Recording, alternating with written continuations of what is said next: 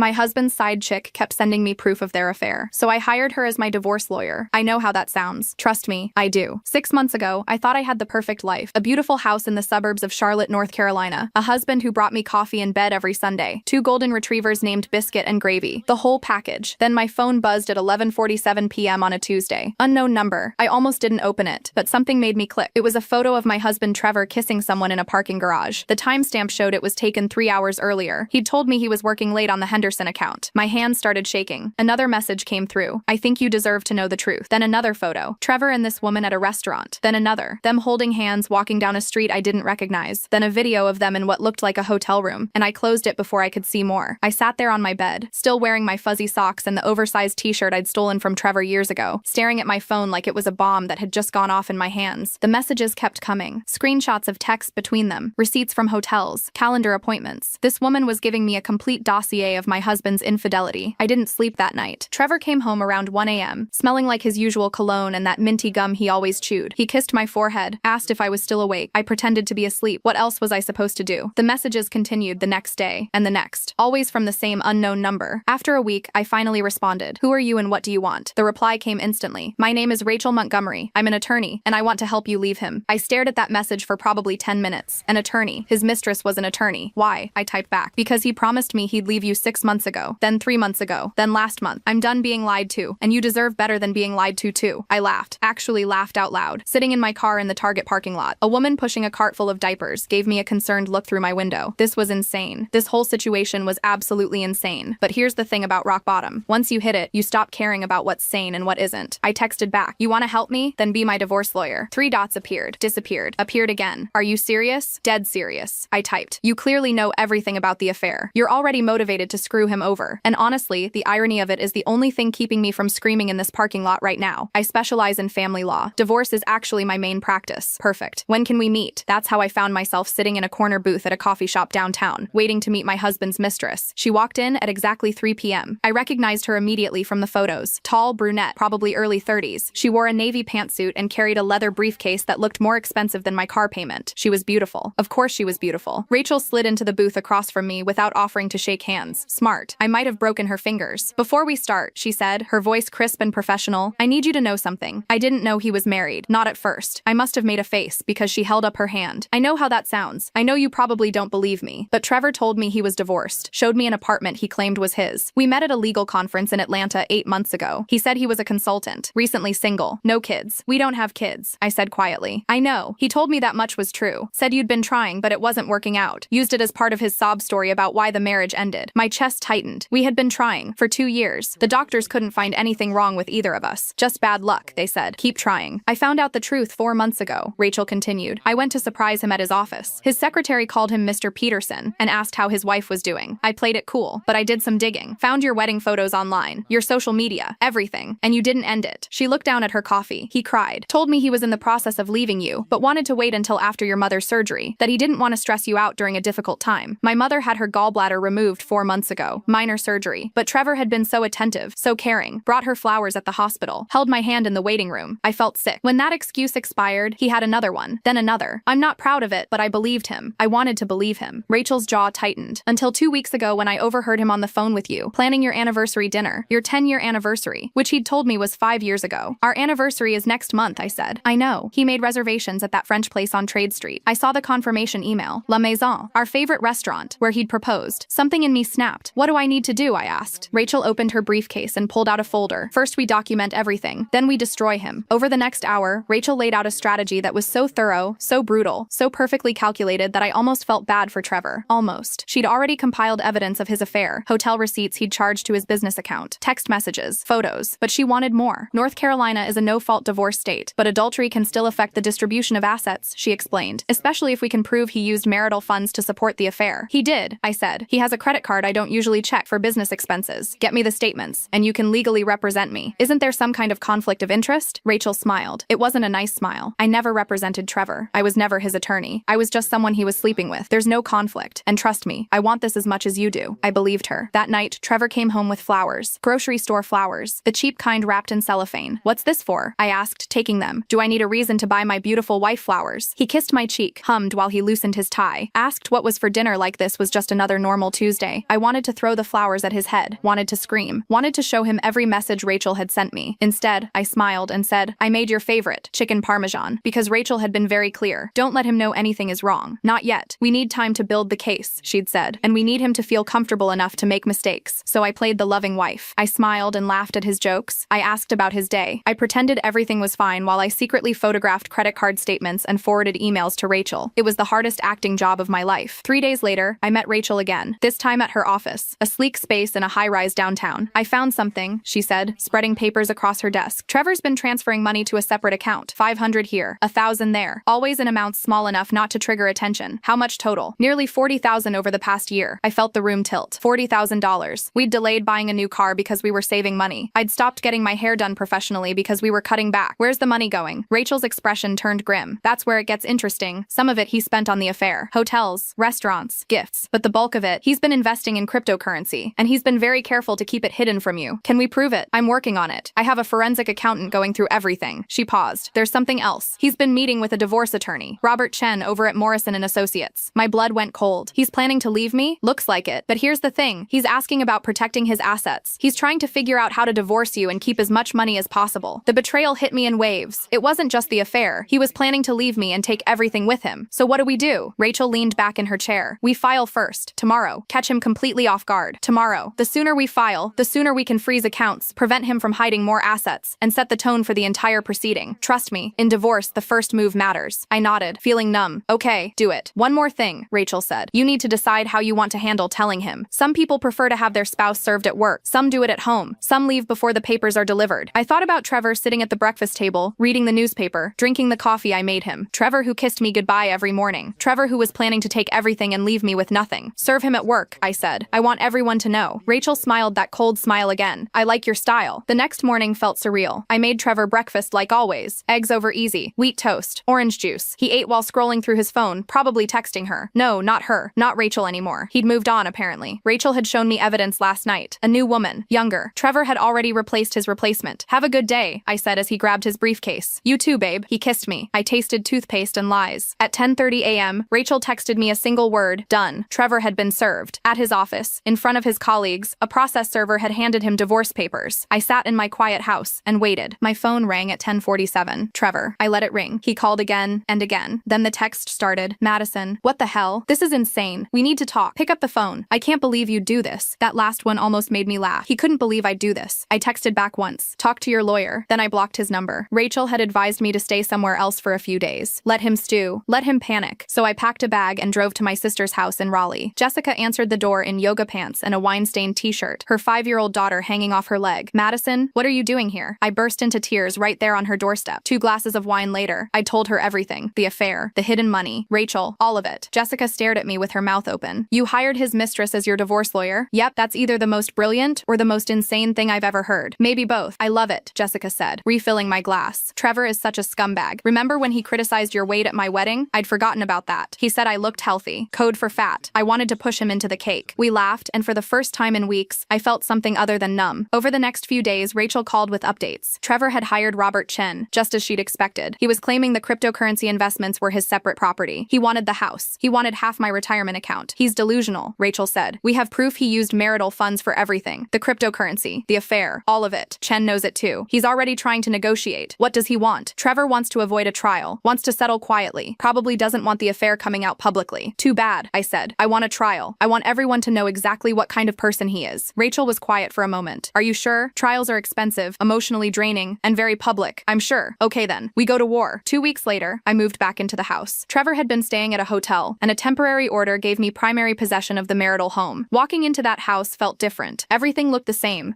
furniture, the same photos on the walls, but it was all wrong now, like a movie set. Fake. I started packing Trevor's things. Not out of spite, though that was part of it, mostly because I couldn't stand looking at his stuff anymore. In the back of his closet, behind his winter coats, I found a shoebox. Inside were letters, dozens of them, handwritten, on nice stationery. I opened one. My darling Trevor, last night was magical. I can't stop thinking about the way you moves. I stopped reading, felt sick. These weren't from Rachel. The handwriting was different, and the dates went back 3 years. 3 years. He'd been doing this for 3 years. I called Rachel immediately. I found letters from another woman, multiple women, I think. This goes back years. Bring them to my office. Now. I drove downtown with the shoebox on my passenger seat, feeling like it might explode. Rachel's face went pale pale as she read through the letters. This is worse than I thought. How many women do you think there were? At least 4, based on the different handwriting. Maybe more. She looked up at me. Madison, I need to tell you something, and you're probably gonna be angry. My stomach dropped. What? I hired a private investigator last week. I didn't tell you because I wasn't sure what we'd find, but she pulled out a folder. Trevor has another bank account, one neither of us knew about, and he's been supporting someone financially. Another woman? No. Rachel slid a photo across the desk. It showed Trevor with a teenage boy. They were at a baseball game, both wearing matching team jerseys. That's Tyler. He's 15. I stared at the photo. I don't understand. Trevor has a son, from a relationship before he met you. The mother's name is Patricia Manning. She lives in Greenville. Trevor's been sending her money every month for child support, but he never told you about Tyler. The room spun. A son. Trevor had a son. Does the boy know about me? I whispered. No. Trevor's been living a completely separate life. Patricia thinks Trevor is a traveling consultant who can't commit to a relationship. Tyler thinks his dad is too busy with work to visit more than once a month. I couldn't breathe. All these years. All these lies. There's more, Rachel said gently. Patricia reached out to me yesterday. She saw the divorce filing in the public records and wanted to know what was happening. She had no idea Trevor was married. She's furious. She should be. She wants to help. She has records of all the payments Trevor's made, and she said if we need her to testify, she will. I looked at Rachel. Really looked at her. This woman who Trevor had lied to, who'd believed his promises, who was now sitting across from me offering to destroy him. Why are you doing this? I asked. Really doing this? You could have just walked away. Rachel was quiet for a long moment. My mom was married to a man like Trevor. He cheated on her for years, lied about everything. When she finally divorced him, he hid assets, dragged out the proceedings, made her life hell. She died before it was finalized. Heart attack. The stress killed her. I'm so sorry. I became a divorce lawyer because of her, because I wanted to help women like her, women who deserved better, but were trapped by men who thought they could get away with anything. She met my eyes. I fell for Trevor's lies just like you did, just like Patricia did, just like whoever wrote those letters. He's good at what he does, but I'm better at what I do. Thank you, I said, for all of this. Thank me when we win. The discovery phase was brutal. Trevor's lawyer fought everything, but Rachel was relentless. She subpoenaed bank records, phone records, credit card statements. She interviewed Trevor's coworkers. She tracked down the women who'd written the letters. One of them agreed to give a deposition. Her name was Meredith, and she'd been seeing Trevor 2 years ago. He'd told her he was widowed. He'd killed me off in his lies. Did he ever mention wanting children? Rachel asked during the deposition. Meredith nodded. All the time. He said his late wife couldn't have kids, and it was his biggest regret. He wanted a family so badly. I sat in that conference room, listening to this woman describe conversations with my husband, conversations where I was dead and couldn't have children, and I wanted to scream, but Rachel had taught me to channel that rage into something useful. After the deposition, Rachel showed me her trial strategy. We're going to paint a picture of systematic deception, not just the affairs, but the financial manipulation, the secret child, the fake identities he created. We're going to show that Trevor Peterson is a con artist who's been running a long game against you. Will it work? Judge Martinez hates liars, and we have so much evidence that Trevor can't possibly dispute it all. His lawyer knows they're in trouble. Sure enough, Robert Chen called Rachel 2 days later with a settlement offer. Trevor would give me the house, half the cryptocurrency, and 60% of his retirement account. He'd pay my legal fees. In exchange, I'd agree to seal the records and not discuss the case publicly. He's trying to buy your silence, Rachel said. How much are we talking? She told me. It was a significant amount of money, more than I'd expected. What do you think I should do? I asked. That's not my decision. I can tell you the trial could get you more, but it's not guaranteed. And trials are unpredictable. She paused. But I can also tell you that Trevor's scared. This offer proves it. He knows we have him. I thought about sitting in a courtroom, listening to all the details of his betrayals laid out publicly, watching him squirm, getting justice. But I also thought about being done, about moving on, about not letting Trevor take up any more of my space or my time. Counter offer, I said. I want everything he's offering, plus 70% of the cryptocurrency. Plus he has to pay Patricia double child support retroactively for every year he lied about being Tyler's father. Plus he has to tell Tyler the truth about being married. Rachel grinned. Now you're thinking like a lawyer. The negotiation took 2 more weeks. Trevor fought the child support increase, but Patricia's lawyer got involved, and suddenly Trevor was facing potential legal troubles in multiple states. He caved. We signed the settlement agreement on a rainy Tuesday in April. Trevor looked terrible. He'd lost weight, had dark circles under his eyes. Good. His hand shook as he signed the papers. I felt nothing. No satisfaction, no anger, no sadness. Just done. Until I saw what Rachel had added to the final page. In tiny print at the bottom, in the section about payment of legal fees, there was a line item. Respondent shall pay attorney Rachel Montgomery's legal fees in the amount of 1 boit work. I looked at her. She was already watching me. After the signing, after Trevor and his lawyer left, I confronted her. $1? Your fees had to be at least $50,000. $63,000, actually. Rachel said calmly. But I didn't do this for the money. Rachel, I can't let you. You're not letting me do anything. This was my choice. Trevor owed me something he could never repay. This was the closest I could get to even. But, Madison, I got to spend 3 months destroying a man who thought he could lie to everyone and get away with it. I got to use every skill I've learned, every dirty trick I know, every bit of knowledge I have to take him apart piece by piece. That was worth more than any fee. I hugged her. This woman who'd been my husband's mistress, who'd become my lawyer, who'd become something like a friend. What will you do now? She asked. I don't know. I've been so focused on the divorce that I haven't thought about after. You should think about it. You have a whole life ahead of you. She was right. The house sold 3 months later. I didn't want to live there anymore. Didn't want the memories. I found a cute condo in Charlotte's art district, close to coffee shops and galleries, and people who didn't know my story. I started painting again, something I hadn't done since college. Took a pottery class. Adopted a cat named Judge, because it made me laugh. Jessica visited often, bringing her daughter and too much wine. We'd sit on my balcony and talk about everything and nothing. Patricia brought Tyler to meet me once. It was awkward and strange, but Tyler was a sweet kid who deserved to know the truth. He was angry at Trevor, confused about everything. I gave him my number and told him he could call if he ever wanted to talk. He never called, but I hoped knowing the option was there helped somehow. Rachel and I met for coffee once a month. We didn't talk about Trevor. We talked about her cases, my art, the books we were reading, the terrible dating app experiences we were having. I matched with a guy who's definitely married, she told me one afternoon. His photos have a ring tan, and he'll only meet during business hours. Did you report him? Better. I matched with him using a fake profile, suggested we meet at this really nice restaurant, and then didn't show up. Left him waiting for an hour. I laughed so hard I snorted coffee. That's petty, I said. I prefer justice adjacent. About 6 months after the divorce was finalized, I was at the grocery store when I literally bumped into someone's cart. I'm so sorry. I wasn't paying attention. Madison? I looked up. Trevor stood there, holding a cart with a box of diapers and baby food. For a moment, we just stared at each other. He looked different. Older, tired. There was a woman standing next to him, very pregnant, looking uncomfortable. How are you? He asked awkwardly. Good, I said, and I realized it was true. Really good. That's great. He shifted his weight. Look, I've been meaning to reach out. I wanted to apologize for everything. You didn't deserve any of that. The woman next to him touched his arm gently. She looked young, maybe 25. It's okay, I said. I'm past it. And I was. Looking at him, I felt nothing. No anger, no hurt, no longing for what we'd had. Just a mild curiosity about how I'd ever thought this man was my whole world. I heard you're painting, he said. That's really cool. How did you hear that? Tyler mentioned it. He follows you on Instagram. Oh, that surprised me. I didn't know he did that. Yeah, he thinks your work is really good. He's thinking about studying art in college. We made small talk for another minute, then said goodbye. As I walked away, I heard the pregnant woman ask who I was. My ex-wife, Trevor said quietly. I turned down the cereal aisle and smiled to myself. That night, I texted Rachel, ran into Trevor at the grocery store. He's having a baby with someone new. She texted back immediately. How do you feel? Grateful it's not me. That's my girl. I poured myself a glass of wine and sat on my balcony, looking out at the city lights. A year ago, I'd been living a lie and hadn't known it. I'd thought I had everything when I actually had nothing real. Now I had less, at least materially. A smaller home, a smaller life by most measures. But it was mine, really mine, built on truth instead of lies. My phone buzzed. A message from an unknown number. And for a split second, my heart jumped, thinking of all those messages from Rachel that had started everything. But this was from Tyler. Hey Madison, I saw your latest painting on Instagram, the blue one with the birds. I really liked it. Anyway, I'm applying to art schools next year, and was wondering if you'd be willing to look at my portfolio sometime. No pressure if that's weird. I smiled and typed back. I'd love to. When are you free? As I hit send, I thought about the strange, twisted path that had brought me here. How the worst betrayal of my life had somehow led to this moment. Sitting on my balcony, texting with a kid who was technically nothing to me but felt like family anyway. How my husband's side chick had kept sending me proof of their affair, and I'd hired her as my divorce lawyer. And somehow that insane decision had been exactly right, because Rachel hadn't just helped me divorce Trevor. She'd helped me divorce the version of myself who'd been willing to settle for a beautiful lie instead of demanding an ugly truth. And that, I thought, taking a sip of wine and watching the city lights twinkle, was worth more than any settlement. 6 months after that grocery store encounter, I got an invitation in the mail. Rachel was getting married. I didn't expect to be invited, so seeing the cream-colored envelope with my name on it felt surreal. The wedding was at a vineyard outside Charlotte, black tie optional. I almost didn't go. It still felt strange, this friendship we'd built on such a bizarre foundation. But I bought a dress and showed up. The venue was beautiful, all string lights and roses. Rachel looked stunning in a simple white dress, her hair up, smiling wider than I'd ever seen her smile. Her husband-to-be was a cardiologist named James, and watching them together I could see the difference. The way he looked at her like she was the only person in the room. The way she leaned into him, relaxed and happy. This was what real love looked like. During the reception, Rachel found me at the bar. You came, she said. Of course I came. I wasn't sure if you would. I know this is all still weird. It's definitely weird, I agreed, but I'm glad I'm here. We stood there for a moment watching the dancing. I never thanked you properly, Rachel said. For what? You're the one who saved my life. No, you saved mine. Meeting you, helping you. It reminded me why I do this job. It reminded me that I deserved better too. She gestured to James, who was dancing with his niece. I never would have let myself have this if you hadn't shown me it was possible to walk away from the wrong person. Rachel, I mean it. We saved each other. I hugged her. This woman who'd been my enemy before she was my friend, who'd been my lawyer before she was my ally. Dance with me, she said, pulling me toward the floor. We danced and laughed, and I caught the bouquet even though I wasn't trying to. And everyone cheered. On my way out that night, I checked my phone and saw I had a message from a dating app. Some guy named Marcus who seemed normal, or at least normal enough to agree to coffee. I hesitated for just a second, thinking about Trevor, about trust, about how badly people could hurt you. Then I thought about Rachel in her wedding dress, about Tyler's art portfolio that I'd spent last weekend reviewing, about Judge the cat waiting for me at home, about the painting I was working on that I actually thought might be good. I thought about how the worst thing that ever happened to me had somehow led to the best version of myself. I typed back, coffee sounds great. How about Thursday? Because here's the thing about rock bottom that I'd learned. Once you hit it, once you survive it, you realize you're stronger than you ever knew. You realize that you can rebuild, that you can trust again, that you can take what tried to destroy you and turn it into something powerful. Trevor had tried to take everything from me while leaving me with nothing but lies. Instead, he'd given me the truth, even if he hadn't meant to. And the truth, painful as it was, had set me free. I drove home through the dark streets of Charlotte, past the house where I used to live, past the restaurant where Trevor proposed, past all the ghosts of my old life, and I didn't feel sad. I felt grateful. Because the girl who would have forgiven Trevor, who would have believed his excuses, who would have stayed in that beautiful lie, she was gone. In her place was someone stronger, someone who knew her worth, someone who understood that being alone was better than being with someone who made you feel alone, someone who had turned her husband's affair into her own origin story. And honestly, that person was so much better than who I used to be. My phone buzzed again. Tyler, got accepted to RISD. I pulled over to text back proper congratulations, sitting in my car in the dark, grinning like an idiot. The Rhode Island School of Design. That kid was going to be amazing. Another text came through, this time from Jessica. Girls' night Friday? I have news. Then Rachel, thank you for coming tonight. It meant everything. Then Marcus from the dating app. Thursday works. Looking forward to it. I sat there looking at my phone, at this collection of messages from people who were in my life now. People who wouldn't have been if Trevor hadn't cheated, if Rachel hadn't sent those messages, if I hadn't made the insane choice to hire my husband's mistress as my divorce lawyer. Sometimes the worst decisions people make about you lead to the best decisions you make for yourself. Sometimes the person who tries to destroy you accidentally gives you the tools to rebuild stronger. Sometimes your husband's side chick becomes the best lawyer you ever hired and one of the best friends you ever made. Life is weird like that. I started the car and drove toward my condo, toward Judge and my half-finished painting, and my quiet, honest, hard-won little life. And I was happy.